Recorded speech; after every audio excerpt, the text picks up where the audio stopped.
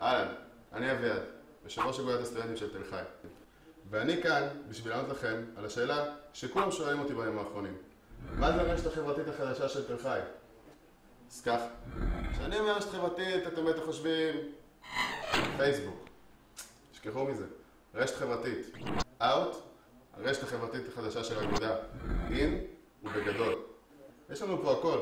מחפשים דירה, מלגה, עבודה, טרנד. זה המקום. בעלי התפקידים באגודה עובדים מסביב לשעון בשביל שלכם יהיה חוגים, תרבות, אירועי קהילה, והכל דואגים לעדכן פה באתר. דאגנו ליצור לכם פורום בכל חוג. בתוך הפורומים האלה תוכלו להעלות מלא דברים. יש לנו פה תמונות, קבצי מוזיקה, קטעי וידאו. היי, אפשר להעלות פה הרצאות. מעניין.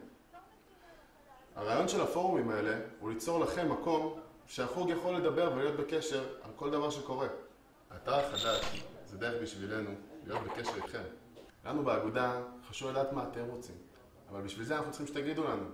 במהלך השנה נפרסם כל מיני סקרים, כמו מי יהיה ביום הסטודנט, או ביום של תחבורה ציבורית.